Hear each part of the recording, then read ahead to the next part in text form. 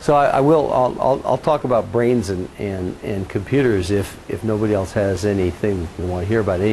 Any random questions appear to you that aren't? Yes? What do you know about bioimaging? Bioimaging, you mean how? CAT scans. Oh, I mean how?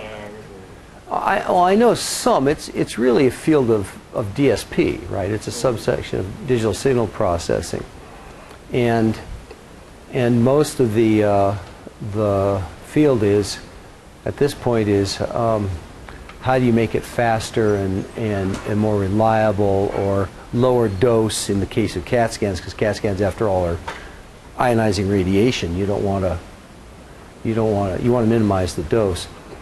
But to my mind, magnetic resonance imaging is one of those technologies which is just almost magic, because you're spinning up protons in the person's head, or you're spinning up protons, and then you're listening to the RF echo as they decay in a 1 Tesla field.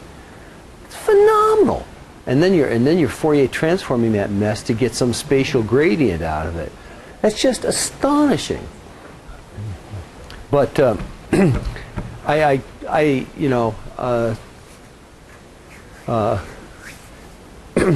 done just enough with 2D and 3D reconstructions from Fourier data to know I don't want to do it for a living. It's hard. It's hard to do good. Brains and computers. So, do you think the brain's a computer? Or computers are brains? Yes. You do? You think the brain's a computer? Okay. Well, certainly brains do compute. I mean, you can simulate a Turing machine, right? And yet there's lots of differences, most of which are not basic. And then there's a couple that I think are quite basic differences. One is that it's not clear, in fact, whether brains are analog or digital or both. Probably both. And but what is pretty clear is that at least in human brains and other systems that have been studied, there is no architecture like a global clock, for instance. There's nothing in your brain that is a synchronizing agent that works across the whole brain on a cycle per cycle basis. The system, on the other hand, there are waves of activity that go through your brain. You've all heard of alpha rhythms and theta rhythms and so on, other EEG artifacts. They are somehow waves of activity that propagate through some structure at a few hertz.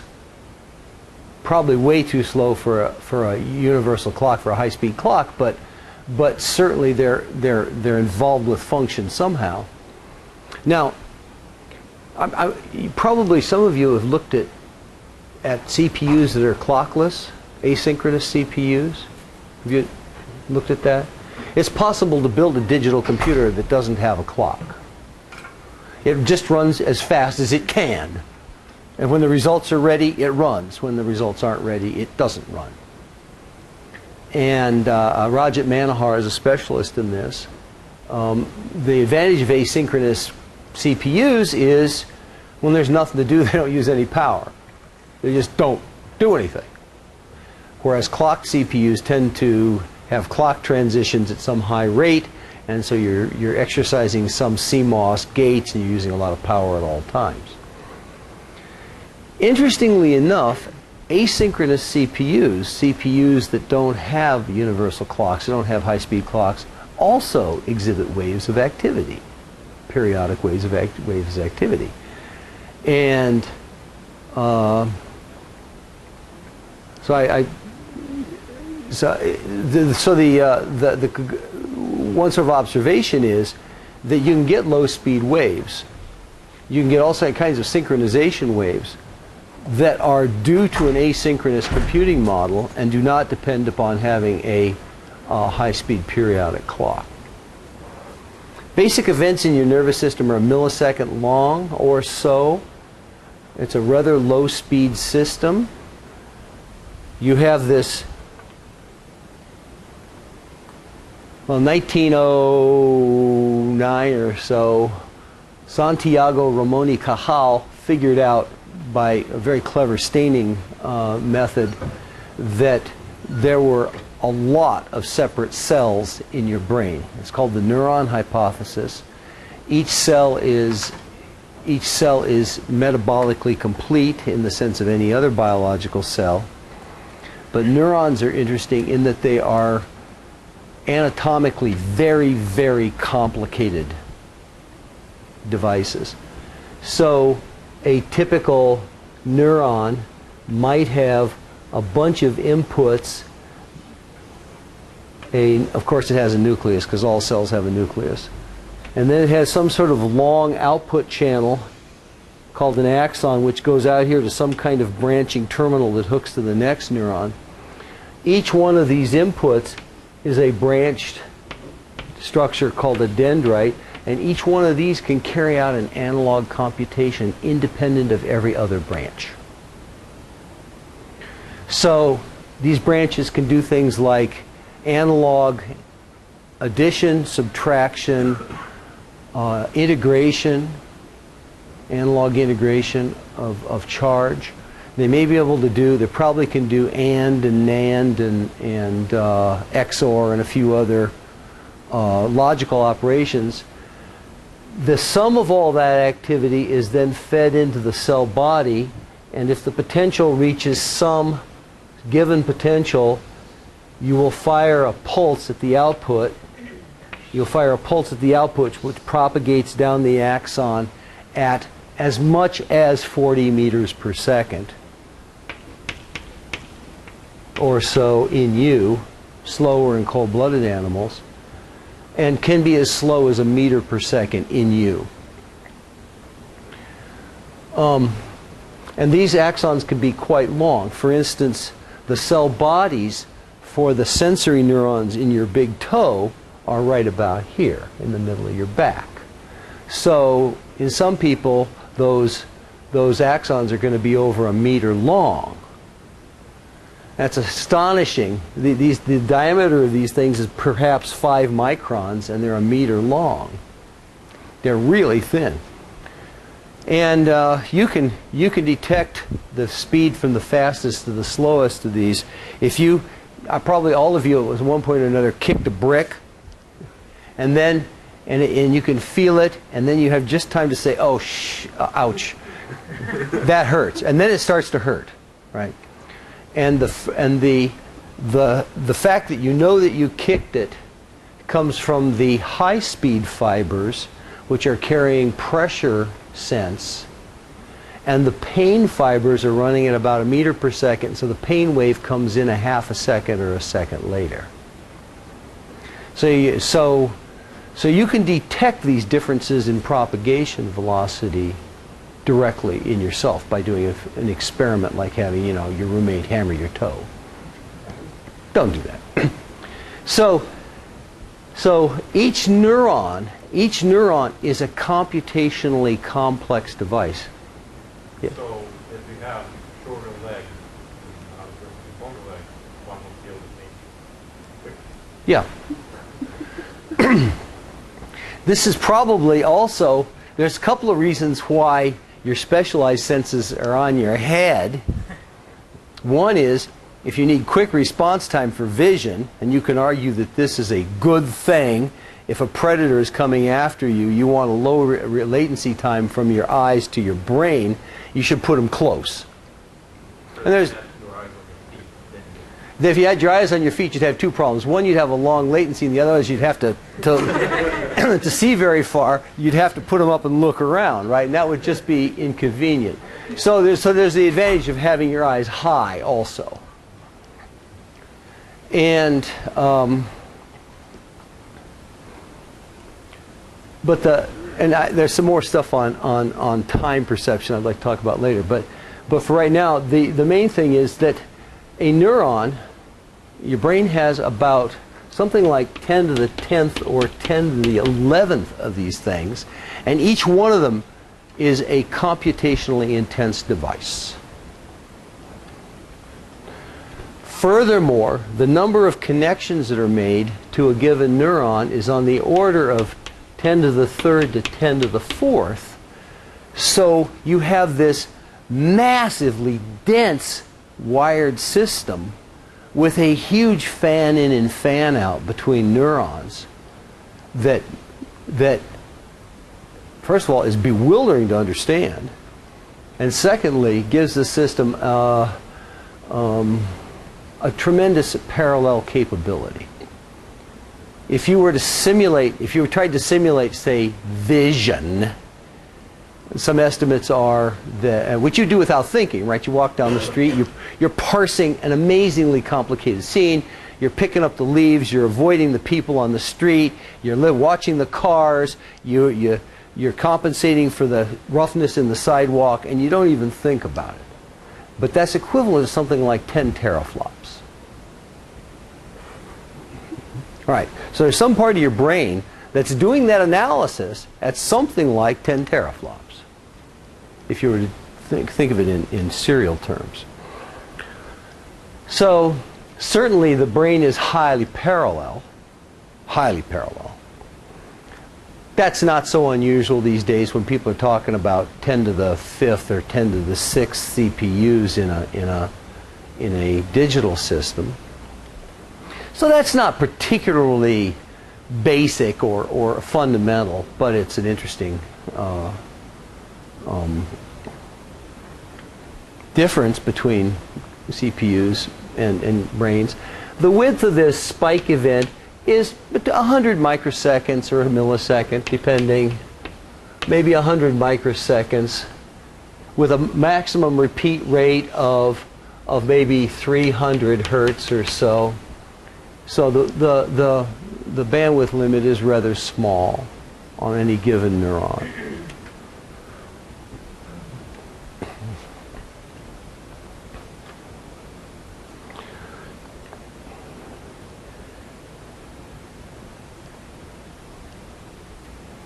And so you ask yourself, well, what's fundamental here?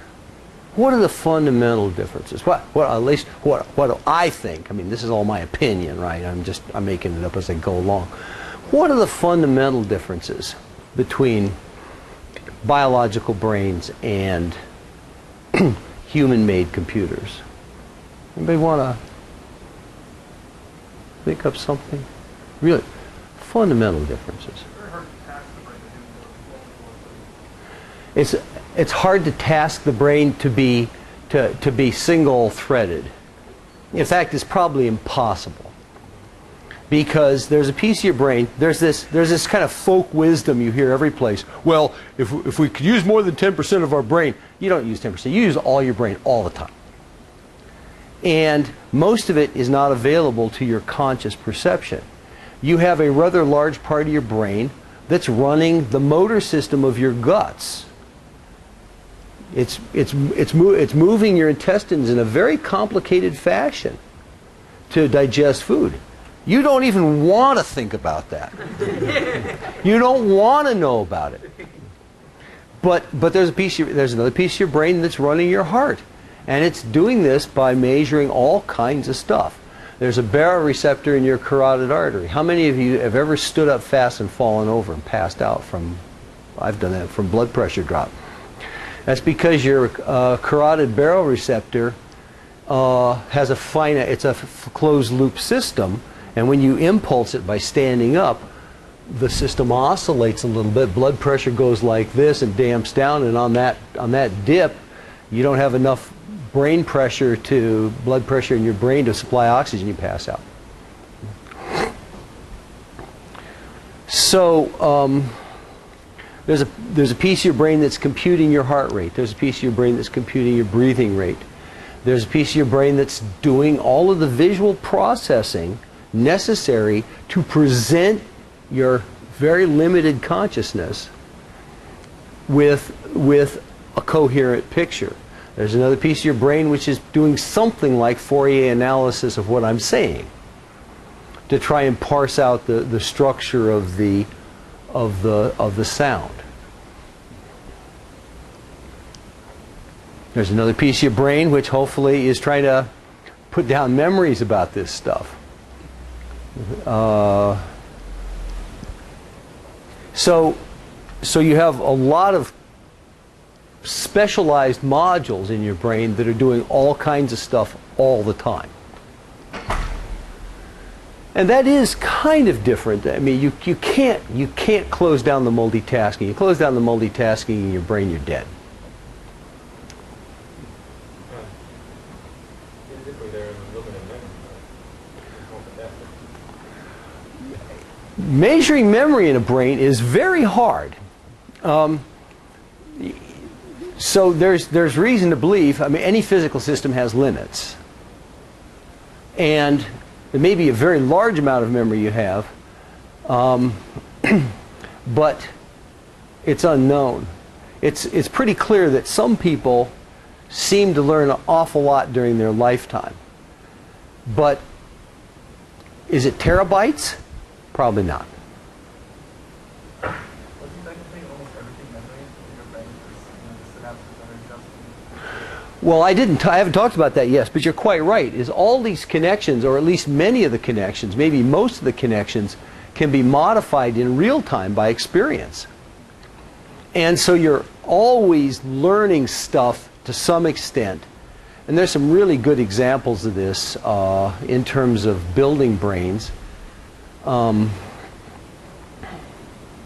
If you put a kitten in an environment with only vertical stripes and constrain their head so they can't turn sideways, after 2 or 3 weeks, they can't see horizontal stripes. The circuitry for that is gone. It's reassigned to some other function because it's not used. Same thing happens to you. You don't use something, you watch too much television, your hippocampus shrinks. That's the piece of your brain that lays down memory. So, yeah, that's one thing. And I want to generalize that a little bit. And I think one of the things that is fundamentally different is that your brain has to compute behavior while your brain is being built. That to me is fundamentally different. And your brains are not yet completely wired. There's very good evidence to suggest that the last big remodeling of human brains starts in teenage, 15, 16, and ends sometime between 21 and 30. Yeah, for some of us, we're sort of past that, right? But the last major remodeling where the part of your brain that understands future consequences gets connected to the part that computes behavior gets completely wired in. So this kind of explains a lot of behavior in teenagers where they got a lot of ability, but maybe they're not quite so clear about the consequences of their actions. Did you read the news story about it was in Huffington Post about the 2 Amish guys who were drag racing their horse carts on Main Street in Jamestown and New York. Hit a police car. Bad timing. But yeah, I was going to say that it's not always true. Some people are 60 and they still behave like that. Now, there's nothing to say. Humans are not standardized. There's no standardization. There's no standardization at any level. Some people have their hearts on the right side. Not many, but a few do. And there's no standardization. Some people never get wired up to be able to compute future behavior very well. But probably most of you, because you're here, have figured out some way to do that. So, and this... Well, I have a question on that. By saying your brain is wired or is completely remodeled, do you believe that the brain loses capabilities to rewire after that? So, for instance, someone who is over 30, will they have a hard time thinking of consequences to scenarios that they haven't encountered? No, it's that they will have an easier time because the hardware to compute those consequences is not yet wired in when you're 20, mostly. And you never lose all of your flexibility, but there are certain times in your life where there is major construction of your brain. In utero, your brain is constructed, I mean, you start with a single cell, you end up with a brain, right? During that whole time, almost that whole time, the fetus's heart is beating. It's being controlled by the nervous system. The fetus is computing behavior. When my son was, I don't know, my wife was 7.5 or 8 months pregnant. My son was a pain in the butt. He was doing this. He was doing this, stretching way out. And her abdomen would go boing, boing, and it hurt her. So we decided we'd take the old Sony earphones, you know, the big old puffy earphones, slapped them on her abdomen, cranked up the Grateful Dead, and he got real quiet. He was listening. All right? It was clear his nervous system was operating. He's listening. He got real quiet. He still likes Grateful Dead. I should have played Mozart too. Yeah. What? My wife, when she was pregnant, like we went to a movie, the last movie we saw, she was like 8.5 months pregnant, and it was during some loud moving around. Right, right. Yeah, the reaction. It's very, very clear that that the embryos can hear, the fetuses can hear. So, nervous system is functioning, completely functioning, but it's still being built. You're born, you can see, but you don't have stereo vision. Stereo vision is constructed in your brain by having your eyes track same objects, and it takes several months to get stereo vision. If you cover up one eye during that critical period before the kid is 18 months old, or if you're cross-eyed, or you have a bad eye muscle so that one eye is divergent, you will never see stereo. You have to have your eyes synchronized for those 18 months, or you will never see stereo. Now, that's not quite true. It turns out that there's a book written by a woman lately who was partially blind in one eye for most of her life, had the vision corrected, and taught herself to see stereo. It took her 3 or 4 years, but she learned to see stereo by remodeling her brain. You never lose all of the capability. But there's a major remodeling that goes on in your visual system just after you're born that enables stereo vision. Then that becomes sort of hardwired and you don't lose it very quickly. Why do you think that's so fundamentally different from a computer? Just install new drivers? Would you install a new adder? Well, you could install new operating system. I guess you haven't found a way to install one while you're using things, right? Well, right, and I think that this is fundamentally, I mean, it's certainly different than any computer I have seen designed. You turn it off at least.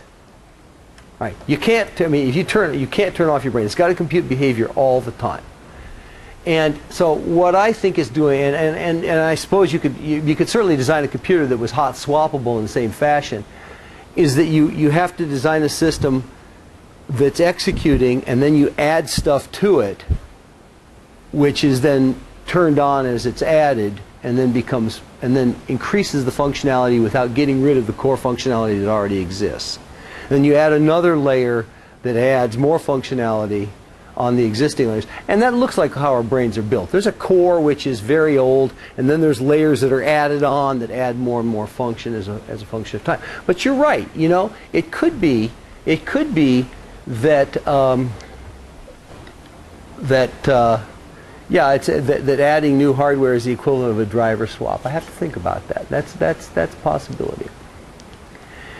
The other thing I think is fundamental is more kind of developmental historical, and that is that our brains aren't designed.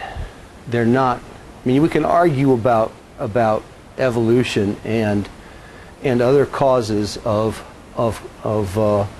existence, but pretty clear that brain is not designed in the sense that a rational entity figured out how to wire modules together.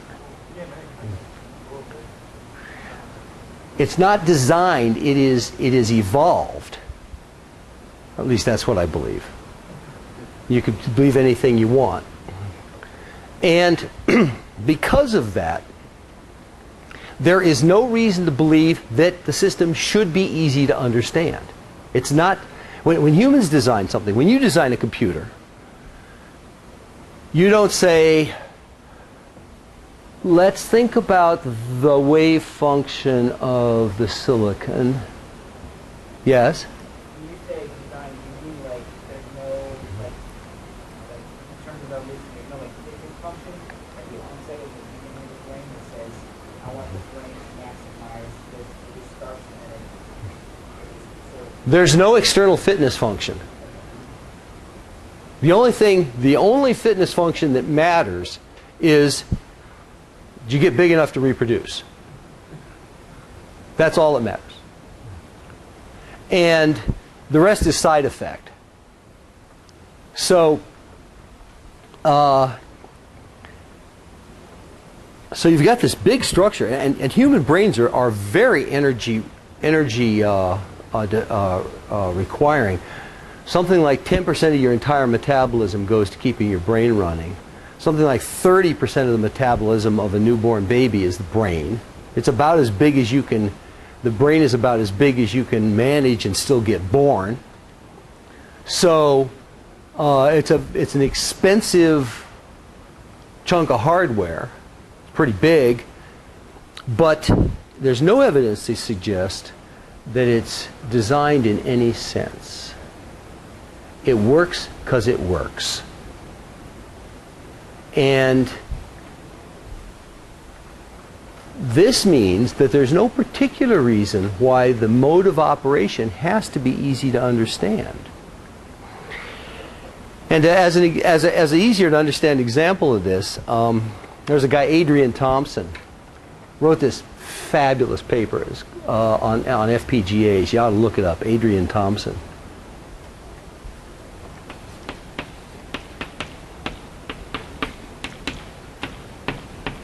In which he took a field programmable gate array, and as you probably know, FPGAs have a tile of circuits that are all more or less the same, and you can wire them together on the fly to make different functions. Well, what Adrian Thompson did was he said, okay, I'm going to give you 100 tiles to work with, 10 by 10 array of tiles. I'm going to give evolution 100 tiles to work with. Evolve me a circuit that discriminates a 1 kilohertz square wave from a 10 kilohertz square wave without a clock. No clock. 6,000 generations later, the FPGA, the evolution algorithm, had evolved a circuit on the FPGA that solved the frequency within one cycle, which is as good as you can do. The actual circuit used 38 of the possible 100 blocks. 2 of the modules, 2 of the blocks, did not have their outputs connected. But if you deleted them from the circuit, it stopped working. Nobody designs a circuit like that. No human designs a circuit like that. But evolution doesn't care. It finds something that works. Why did it work? Who the hell knows? It could have been EM coupling. It could be loading of the power supply. Who knows? But you have this evolved irreducible complexity in the sense that you had this system that I optimally solved the problem and yet was not understandable. You take the same circuit, move it down on the same FPGA, 10 slots, doesn't work. You change the temperature 2 degrees C, doesn't work, just like your brain.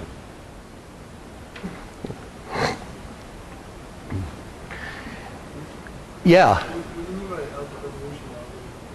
So you throw the dice, you come up with a wiring pattern, this random wiring pattern, and you feed in 1 kilohertz and 10 kilohertz, and you say, how did it get it right? 1 bit out. Yes, no. You wire another random pattern. You ask, does it get it right? Yes, no. If it's yes and the other one was no, then you use that as the beginning point for the next evolutionary step.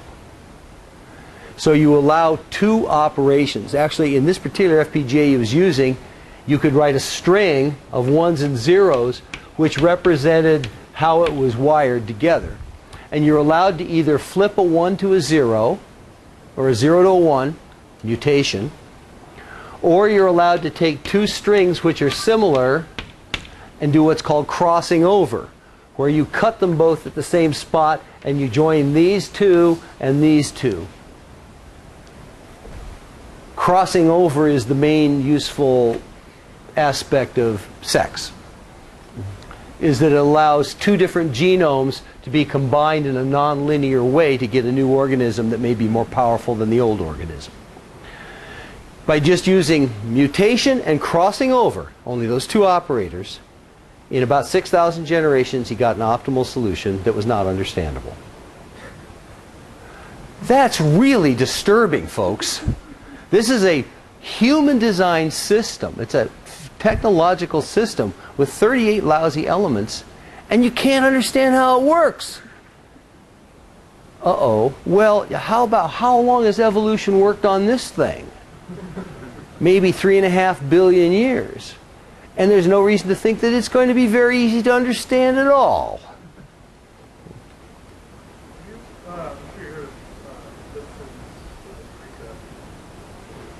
Right, that uses an evolutionary algorithm to find physical law. Yeah, basically does evolution on It's math. that. And I mean, they've come up with some stuff, they don't even come up with some law for the physics. You can't understand it. Not necessarily. Sometimes you can understand it, sometimes you can't. But right, I mean, evolution isn't forced to be understandable. It is only forced to work. All right, and that is, I mean, I don't know if that makes brains fundamentally different than computers. After all, humans are trying to design quantum computers right now, which are kind of a mix between quantum level and logical level. But it sure makes them hard to understand. Each one of these neurons has about 100 different active kinds of components in it, called ion channels. Each one of which has different time dynamics. And furthermore, the system is distributed so that electrically this point is far from this point. It's not, it's several length constants away.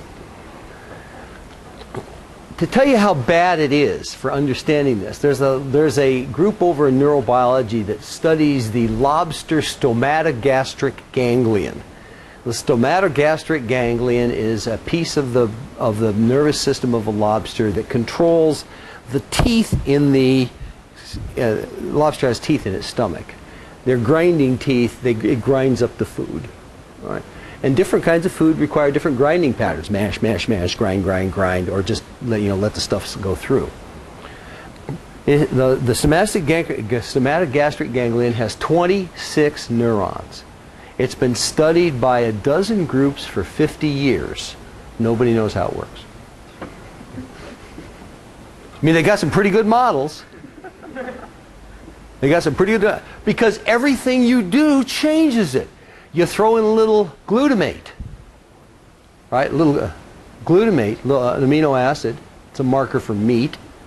The behavior changes. You throw in a little butter.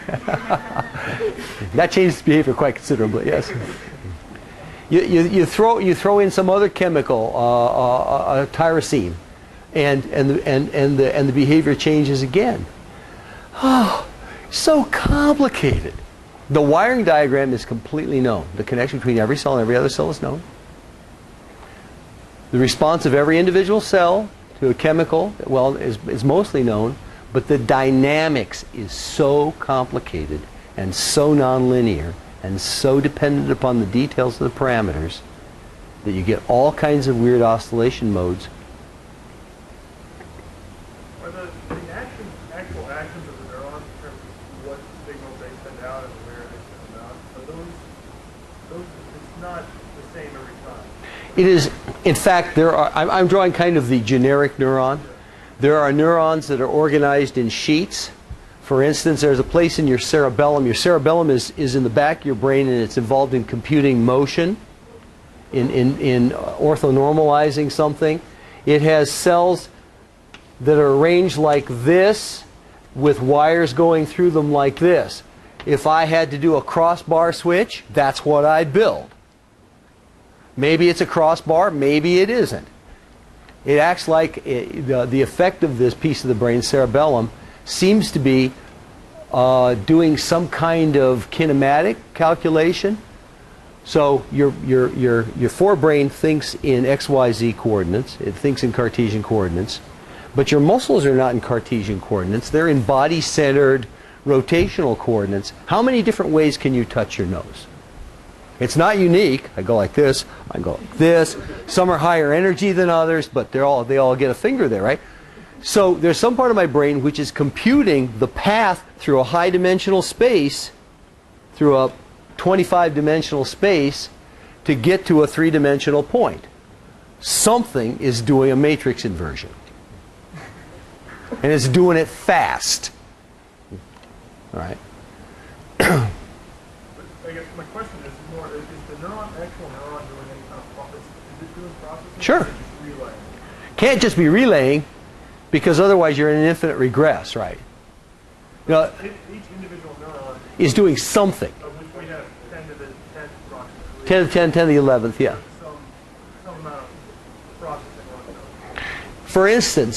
For instance, you can ask, well, there are cells in your visual cortex back here that respond to edges at a certain angle at a certain place in the field. Right? You change the angle, they don't fire anymore.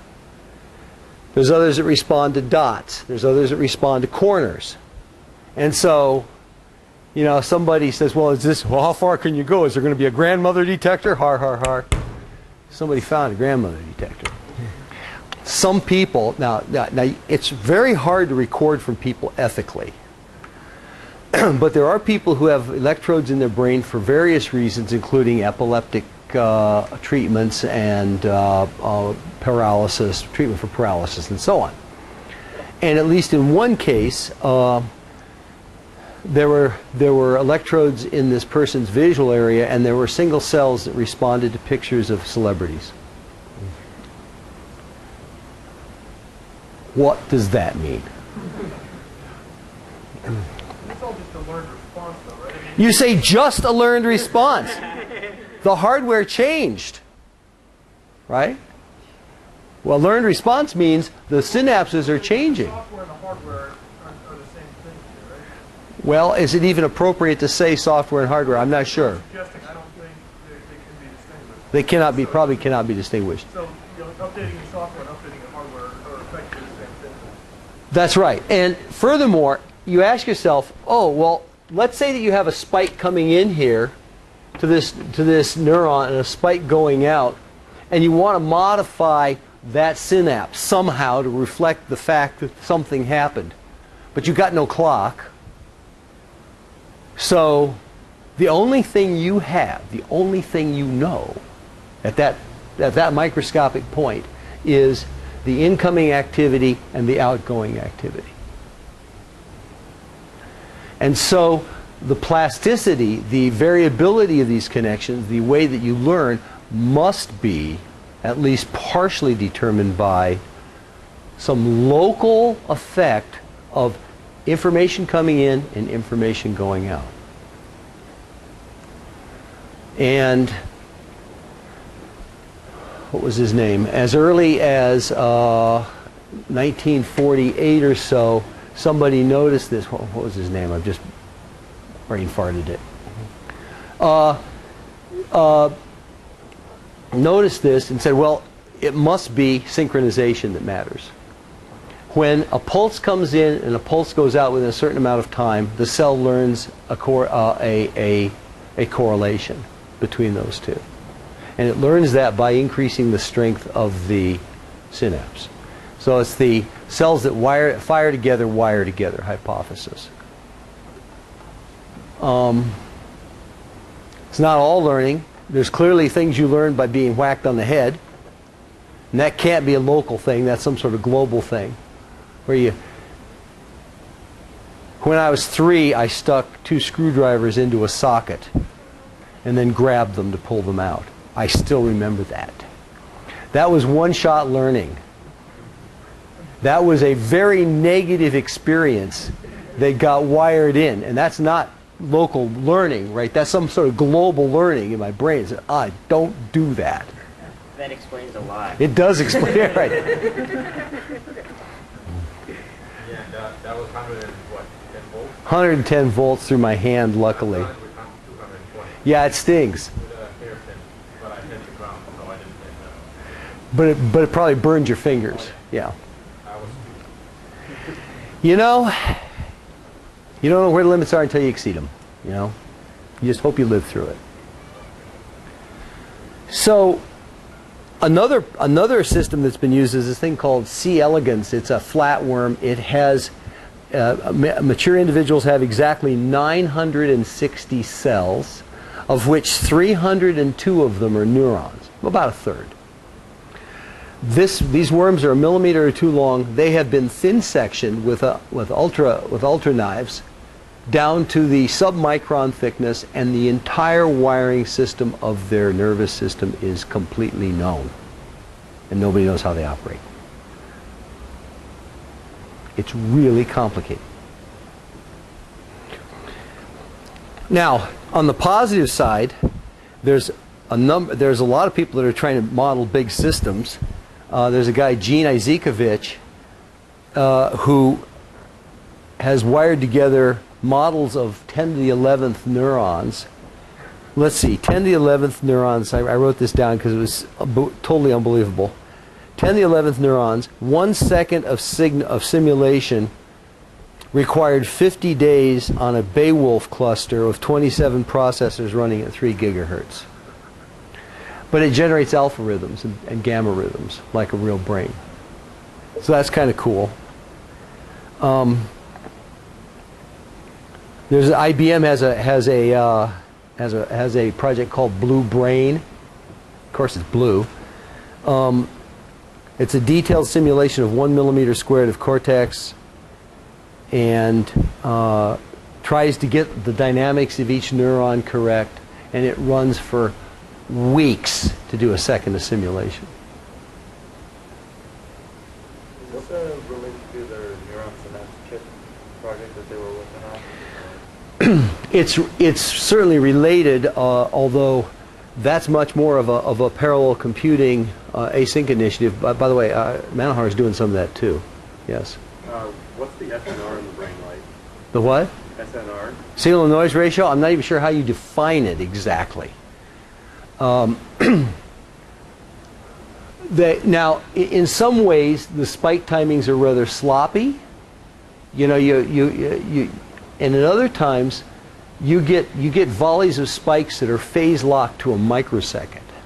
Now, and one example of this, by the way, is these action potentials. The basic element here of computation is about maybe 100 microseconds wide, maximum rate of 300 hertz or so. And yet, when you echolocate, when you get the direction of a sound, your cell phone rings, you look at it, you know where it is. And the way you know where it is primarily the delay of arrival of time between your 2 ears. You calculate it out. How long does it take sound to get between your 2 ears across your face? Well, if your head's about 10 centimeters, 20 centimeters wide, it takes something like 100 microseconds or so. To get 2-degree accuracy, or 3-degree accuracy, which humans can do in front of them, requires microsecond resolution of that time. How in the world do you do that? How do you get that kind of accuracy out of such a sloppy system? It's got to be phase locked. It's got to be averaging.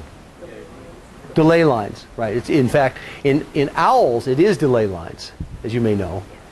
In owls have very specific folded delay lines, and they're good, though, to a half a degree or something. They're good. You can get an owl flying along. It hears a mouse. It strikes the mouse, and it does it by sound. It does it by sound location. But humans generally aren't that good. Is there like a mylar sheath or something around part of the neuron that actually helps keep the signal strength up? Most neurons do have a mylar sheath, have insulation around them, and that does help keep, that speeds up the signal quite considerably. But still, the maximum speed is only about 40 meters per second. It's like a tenth the speed of sound. So it's nowhere near the speed of light. Now, small interactions out here on the inputs to the neuron probably do happen at electronic speeds. But the long communication in your nervous system is all rather slow.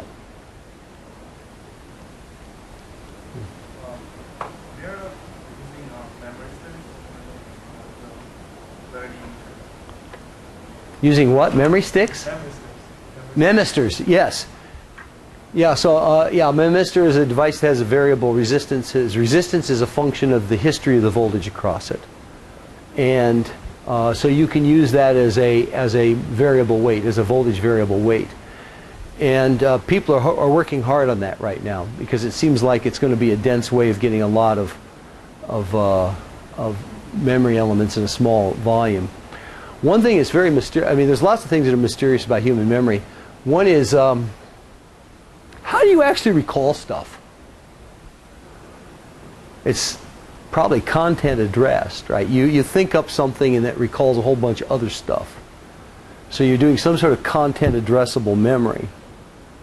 You're not saying, I need to remember what's in location 3A50. Right, you're not doing addressing by position. You're doing addressing by the content of the position in memory, whatever that means. And nobody has the slightest idea how that works. Not the slightest idea. Works rather well, although we've all had the experience of knowing we know something but being unable to retrieve it. Or me not being able to remember the name of the guy that did the wire together, fire together. It'll come to me as soon as I stop talking. Well, basically, remember few complex clues and make up a lot of things. Well, there is that too. Yes, it's called a confabulation. It's called where you think you remember stuff, but you actually don't. You just remember some general outline that might have happened, and you confabulate. You put together a reasonable story. And everybody does this all the time. As long as you stay within some sort of reasonable reality, it's okay. Some people don't stay within a reasonable reality. But memory is. There's another thing that, well, there's lots of aspects of memory which are tricky. One is that every time you recall something, you have a chance to modify it. And so every time you recall something, you change the memory. And so stuff you've heard a whole bunch of times from your childhood, maybe never happened. You might have, or maybe you just heard it so many times that you can't remember whether it happened or not. I have a clear memory. Of sitting on the front porch of my parents' house and holding my sister when she came home from the hospital when I was 2.5. Except the memory I have is the same as a photograph that my parents have. So I probably don't actually remember it. I may remember the photograph. But what I remember is looking down at my sister, not seeing it in a picture. I think that's made up. I think it's completely fabricated. I don't think that memory is real. So our brain is not about deceiving us. Your brain is not designed to be an encyclopedia. It is designed to get you through one more day.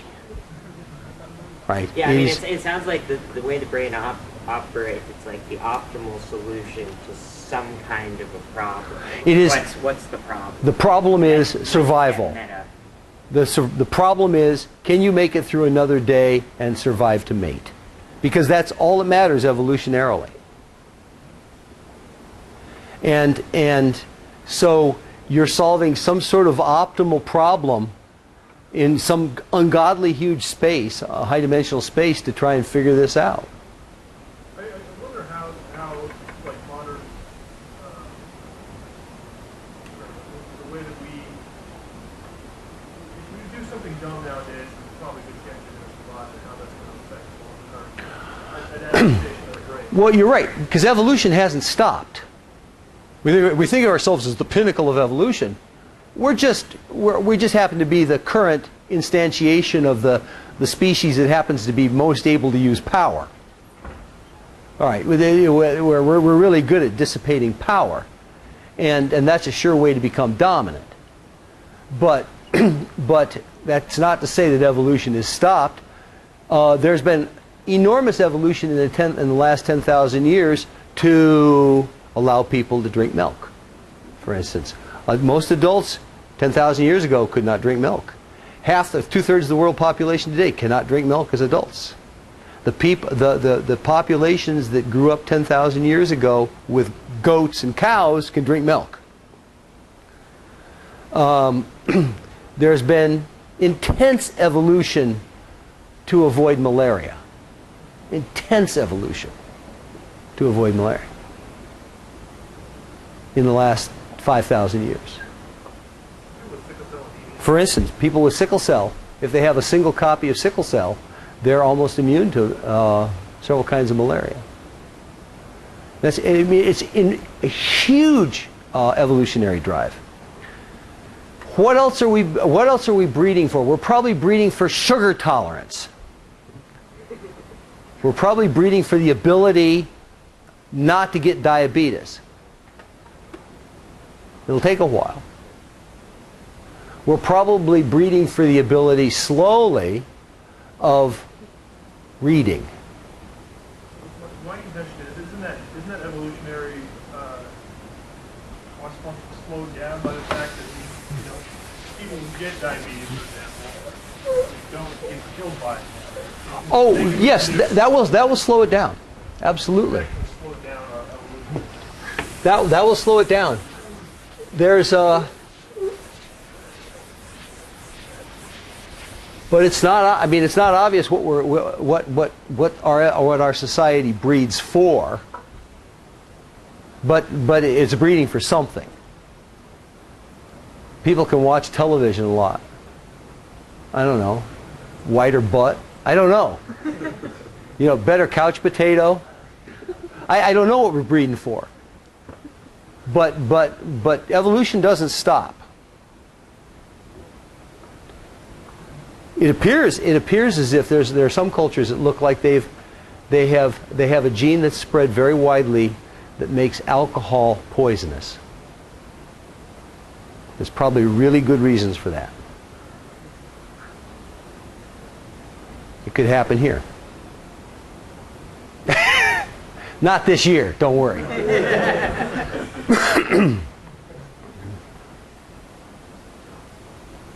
Anything else? Let's go to lab.